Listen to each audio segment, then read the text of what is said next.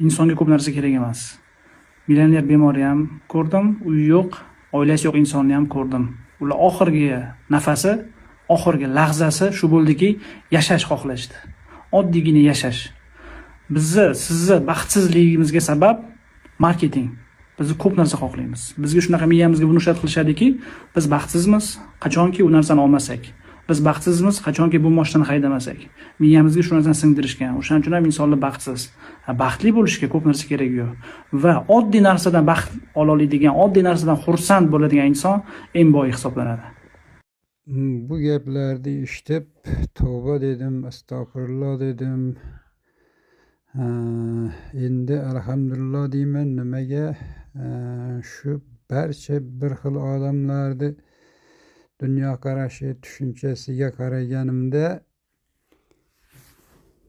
Allohimni o'zi hidoyatga boshlab, o'zi to'g'ri yo'lga boshlab qo'yganiga behisob alhamdulillah, behisob shukr deyman.